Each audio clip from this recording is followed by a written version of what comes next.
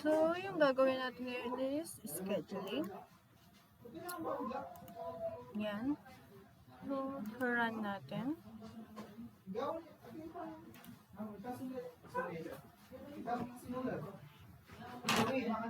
Then, yung course name natin is BSIT. Next is room 5. Then, yung start ng time is 7:30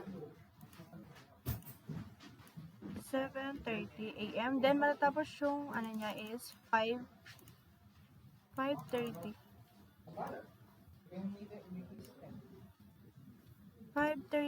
p.m. Then, sa ad schedule natin, yan, makikita mo yung BSIT room 5, Monday. Then, print natin siya. Save natin as Jenny. Then, save. Save successfully. Then, titignan natin siya sa file. Documents. Scroll down. Ayun, Jenny. So, wait lang natin. Yan. Word.